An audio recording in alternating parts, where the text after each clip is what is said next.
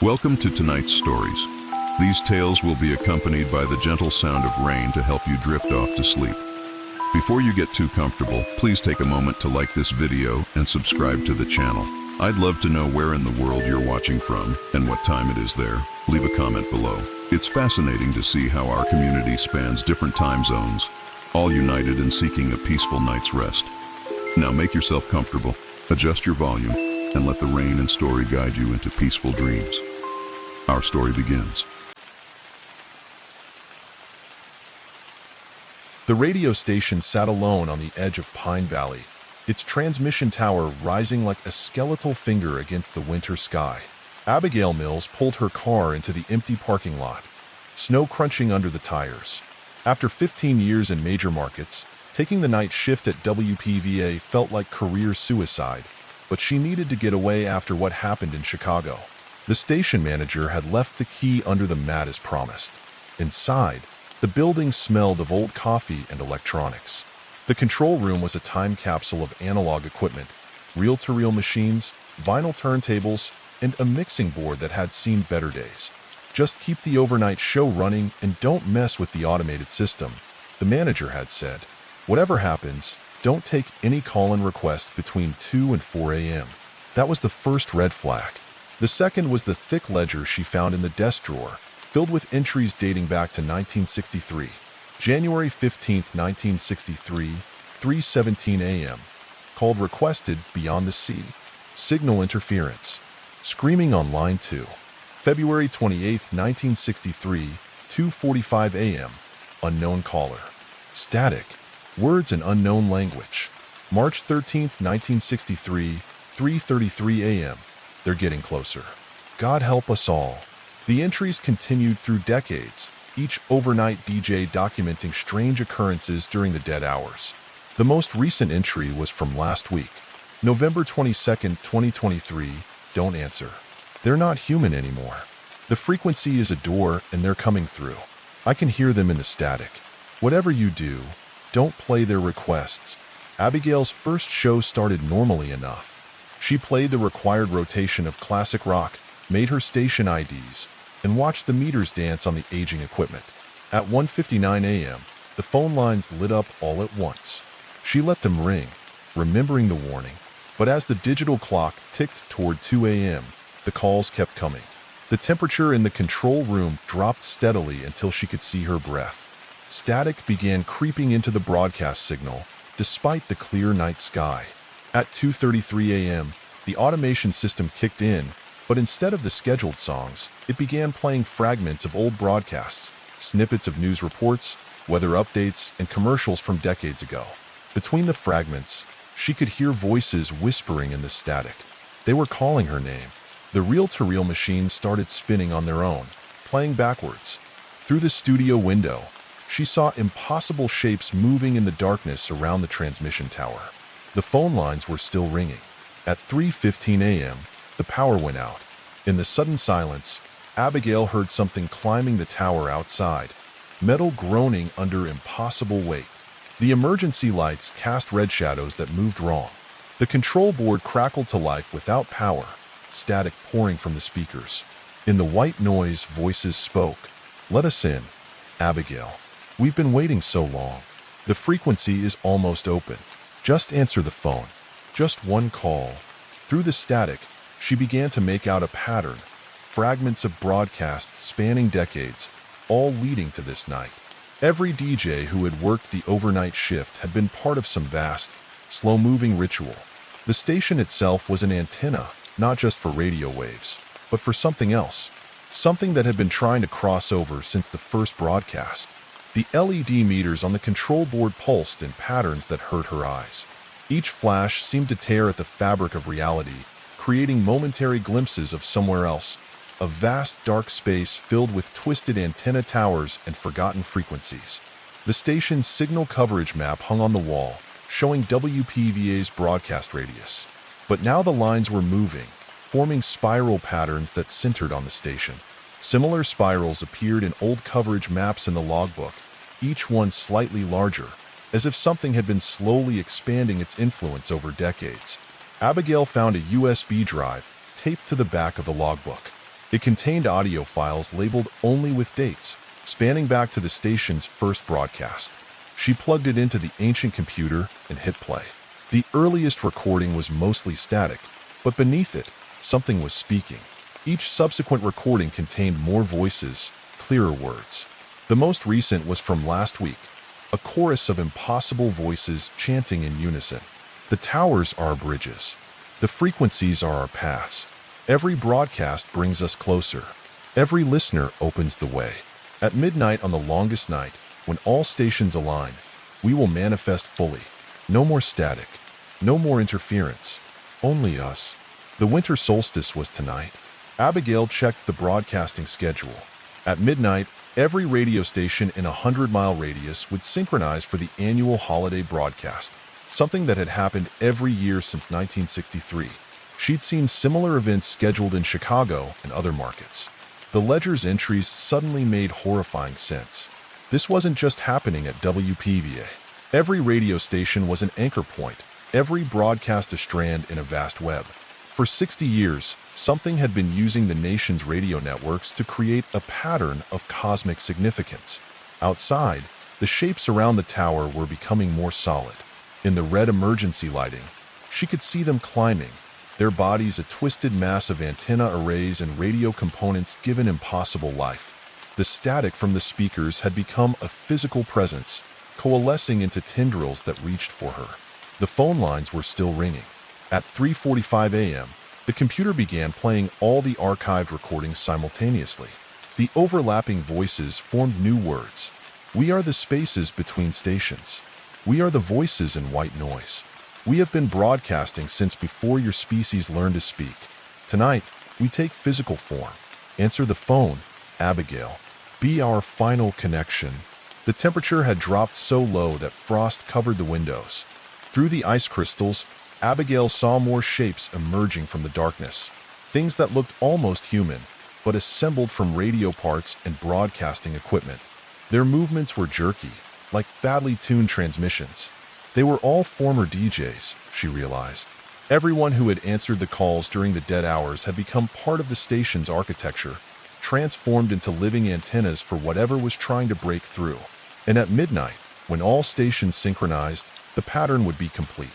The station's archives contained records of equipment malfunctions dating back decades. Every piece of replaced hardware had been stored in the basement, hundreds of old microphones, speakers, and circuit boards.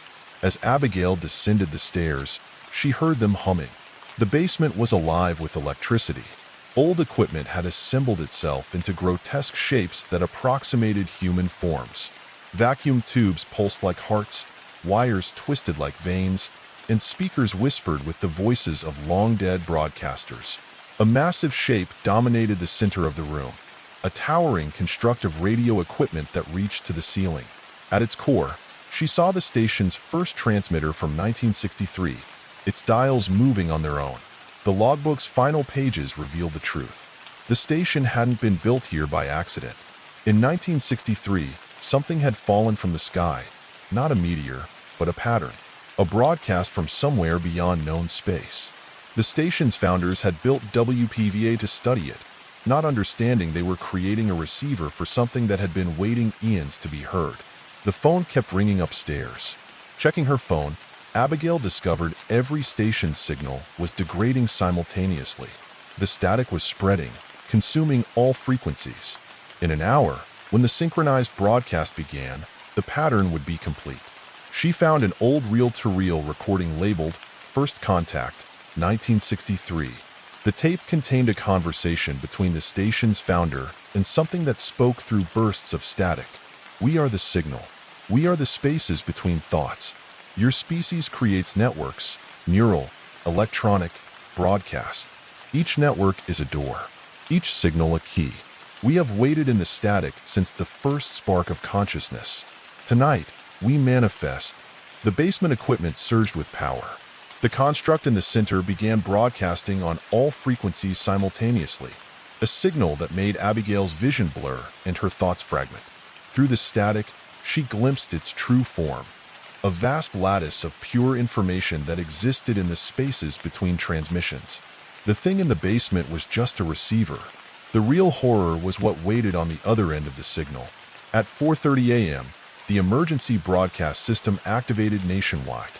But instead of the usual test message, every speaker and radio produced the same static-laden chant. The doors are opening. The signal is strong. Your networks are our bridges. Your broadcasts are bodies. When midnight comes, we will be manifest. The construct was growing, absorbing equipment and transforming it into something that hurt to look at, angles that shouldn't exist, geometries that violated physics. It was building itself into a gateway. Abigail realized why the station manager had warned about taking requests. Each caller was another connection, another strand in the web. The thing in the static had been gathering voices, building its strength through decades of late-night broadcasts. The phone rang one final time. On the other end, she heard her own voice, distorted through layers of static. Answer us. Join us. Be our voice in your world. Through the basement window, she saw more constructs rising from other buildings, twisted towers of electronics and metal assembling themselves under the winter sky. The entire town was becoming a massive antenna array, aligning itself with similar patterns across the country. At midnight, everything would broadcast the same signal.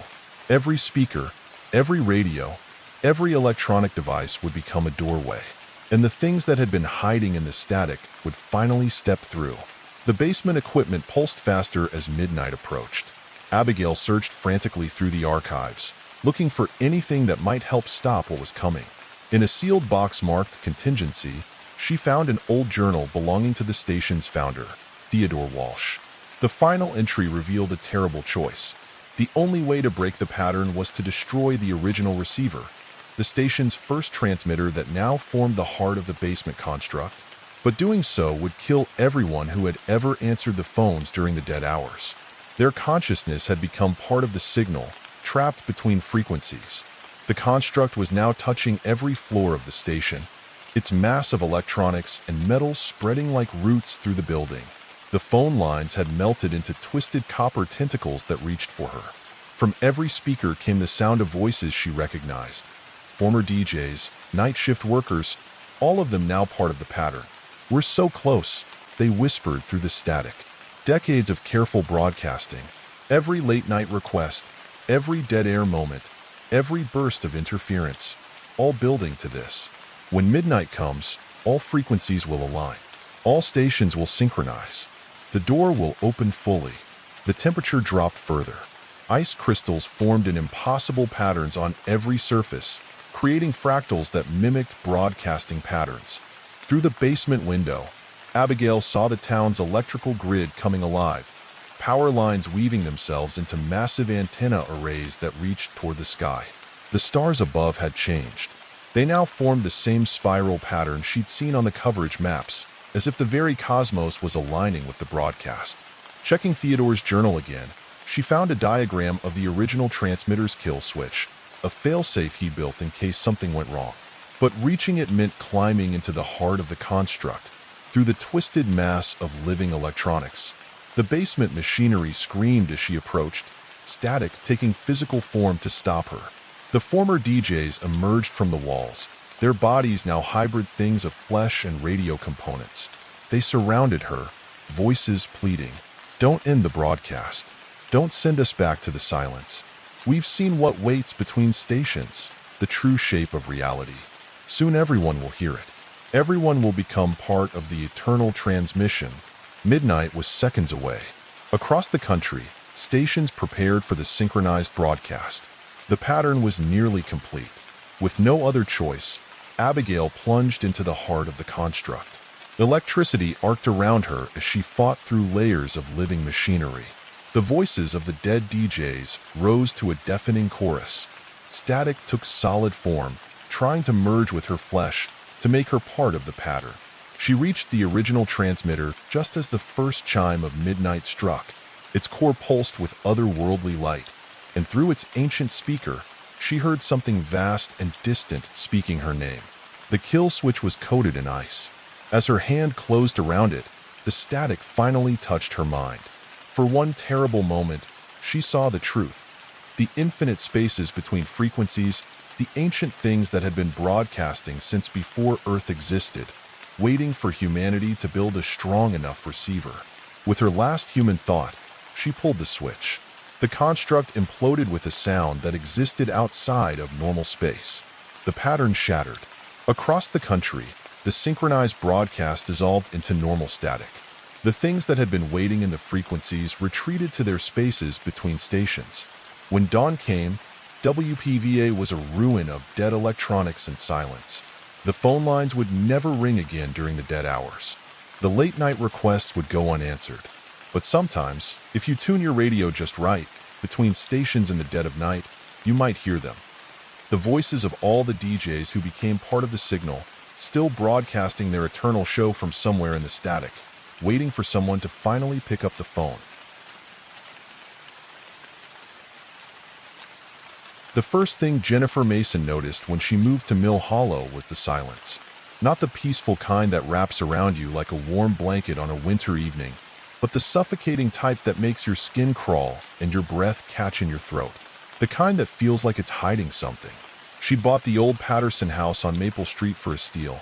Too good of a deal to pass up, especially for a recently divorced photographer looking to restart her life. The real estate agent had been suspiciously eager to close the deal, barely maintaining eye contact during the signing. Jennifer had chalked it up to small-town awkwardness. That was 3 weeks ago. Now, as she sat on her creaking porch swing at dusk, watching the last remnants of October sunlight fade behind the hills, she understood why the house had been so cheap. Mill Hollow wasn't just quiet, it was wrong. The shadows seemed to linger too long in the corners of rooms. The wind carried whispers that didn't sound quite human. And the people, God, the people were the worst part. They smiled too widely when they saw her at Carson's General Store. Their eyes never quite focused on her face. And they all, without exception, hurried home before sunset. Jennifer took another sip of her rapidly cooling coffee and checked her phone again. No signal, as usual. The screen reflected her tired face, dark circles forming under her eyes from too many sleepless nights. The house's creaks and groans had become a nocturnal symphony she couldn't tune out. But it wasn't just the house. Every night around 3 a.m., the church bells would toll once, despite Reverend Matthew's insistence that the bell tower had been sealed off for decades. And then there were the children's voices, singing that same haunting nursery rhyme she could never quite make out. "You should have asked about the curfew," a raspy voice said, making Jennifer jump and nearly spill her coffee. Mrs. Henderson, her elderly neighbor, stood at the bottom of the porch steps. Her gray hair was wild in the growing darkness, her floral house dress fluttering in a wind that Jennifer couldn't feel. "I'm sorry," Jennifer managed to say, her heart still racing. "The curfew, dear. Everyone knows about the curfew. Been that way since '87. Mrs. Henderson's eyes darted nervously toward the setting sun. "Since they took little Tommy Wilkins." Jennifer leaned forward. "Who took Tommy Wilkins?" Mrs. Henderson's face went slack, her eyes growing distant. "The Hollow has its own rules, dear. Its own appetites." She turned to leave, then paused. "Board up your windows tonight. It's the anniversary." "Anniversary of what?" Jennifer called after her, but Mrs. Henderson was already shuffling away, surprisingly quick for her age. Jennifer went inside, locking the door behind her. The house felt different in the growing darkness, larger somehow, as if the walls were slowly expanding. She'd noticed that too, how rooms seemed to change size when she wasn't looking directly at them. She made her way to the kitchen, reaching for the light switch. It clicked, but nothing happened. The bulb had been new this morning. She'd changed it herself. A soft thud from upstairs made her freeze. Then another, and another. Footsteps, moving across the ceiling in a slow, deliberate pattern. Jennifer's throat went dry. She lived alone. The steps stopped directly above her. Dust, or perhaps something else, drifted down from the ceiling. It sparkled faintly in the dim light streaming through the windows, forming patterns that seemed almost like written words before dispersing. Her phone was dead now, though she'd just checked it moments ago on the porch. The kitchen felt impossibly dark, the shadows in the corners writhing like living things. The cabinet doors began to open, one by one, slowly and silently. And then, carried on a breeze that shouldn't exist inside her locked house, she heard it, children singing, their voices clear as crystal. Down in the hollow, where shadows grow tall, one by one, watch them all fall. Count them slowly, 1, 2, 3. Soon enough, they'll come for thee. Jennifer ran for the front door, her hands shaking as she fought with the lock. It wouldn't turn. Behind her, the singing grew louder, and underneath it, she could hear something else. The sound of many feet shuffling across her wooden floors, coming closer. She spun around, her back pressed against the door, and saw them. Dark shapes moving in the hallway, child-sized but wrong somehow, their proportions distorted like stretched taffy. The last thing Jennifer saw before the lights went out completely was Mrs. Henderson standing across the street, watching through her window, mouthing words that looked suspiciously like, "I'm sorry." Then the darkness swallowed everything, and the real horror began. Jennifer awoke in complete darkness, her head throbbing. The air was thick with the smell of wet earth and decay. As her eyes adjusted, she realized she wasn't in her house anymore. She was underground, lying on cold, damp soil. Feeling around in the darkness, her hands found rough stone walls. The space was narrow, like a tunnel.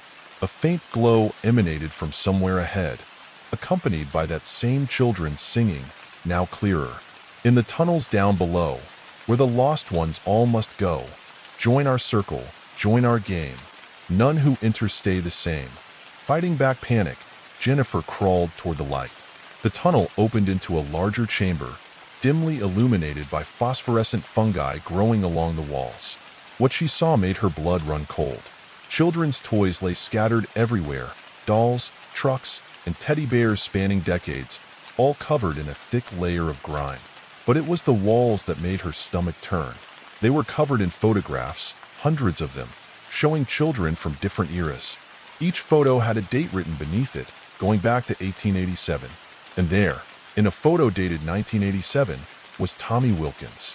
"They're all here," a small voice said behind her. Jennifer spun around to face a little boy, maybe 7 years old, wearing clothes that might have been fashionable in the 1980s. His skin was pale as milk, his eyes completely black. "Tommy," Jennifer whispered. He smiled, revealing teeth that were slightly too sharp. "The hollow needs them. Needs us. One child every year. That's the rule.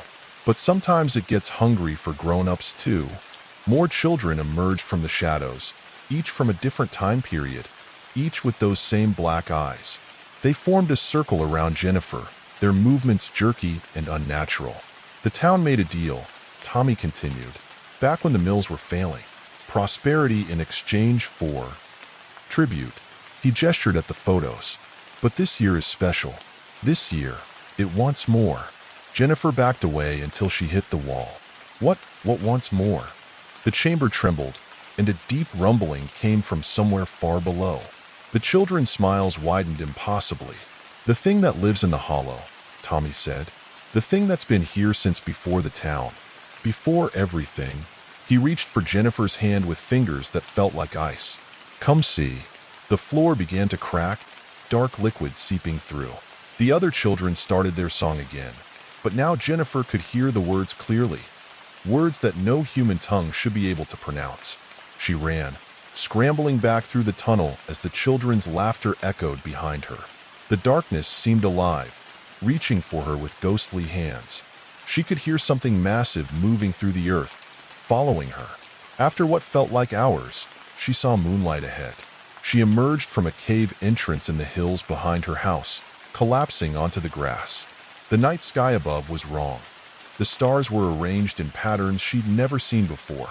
Looking back at Mill Hollow spread out below, Jennifer finally understood. The town wasn't built in a natural valley. It was built in something else. Something curved and massive, like a giant mouth frozen in mid-yawn. And as she watched, all the lights in town went out at once. In the darkness, she could see them. Hundreds of small shapes with black eyes, moving through the streets, all heading toward her house. They were coming to take her back down. Jennifer ran through the moonlit forest, branches whipping her face. Behind her, the children's voices grew closer, their song becoming a chant that made the ground vibrate beneath her feet. She stumbled into her backyard, lunging for the back door. It opened, though she distinctly remembered locking it. Inside, Mrs. Henderson sat at her kitchen table, a photo album open before her. "You've seen them now," the old woman said, not looking up. "Just like I did, 40 years ago, when they took my Alice." Jennifer slammed and locked the door, though she knew it wouldn't help. "What is this place? What's really going on?" "The mills weren't just mills," Mrs. Henderson said, turning a page. "They dug too deep, found something sleeping. Something old. The town made a bargain, one child each year to keep it sleeping. But now," she finally looked up, her eyes reflecting the same darkness Jennifer had seen in the children. "Now it's waking up." The photos in the album began to move, showing children being led into darkness by shadowy figures. Jennifer recognized town officials, police officers, even Reverend Matthews among them. "The whole town," Jennifer whispered. "You're all part of it." Mrs. Henderson smiled sadly. "We're all part of the hollow now, and soon you will be too." The lights flickered as hundreds of small hands began pounding on every door and window. The house groaned, its architecture twisting as the walls began to bleed black liquid. "The hunger grows," Mrs. Henderson said, her flesh starting to ripple and shift. "The old bargain isn't enough anymore. It wants the whole town now, every soul, every memory." The floor cracked open, revealing an endless void below. The children's voices became a deafening chorus as they poured in through every opening, their bodies contorting impossibly. Jennifer backed away, but there was nowhere left to run. The house itself was transforming, becoming part of something vast and ancient. Through the windows, she could see the entire town sinking, folding in on itself like paper being crushed. Tommy appeared beside her, holding out his hand. "Don't fight it," he said. "It's better if you don't fight it. We'll all be together in the dark. Forever." The void below called to her with voices that spoke of ancient secrets and eternal darkness. Jennifer felt her mind beginning to fracture as she glimpsed what truly lived in the depths of Mill Hollow. Something that had waited eons for this moment, wearing the shape of a town like a mask. As the last walls of reality crumbled, Jennifer understood the true horror. Not that she would die, but that she would live forever in this twisted place, becoming part of the hunger that devoured Mill Hollow. Another voice in the endless chorus, another shadow in the deep, and somewhere far below, in the heart of what had never really been a town at all, something massive finally opened its eyes.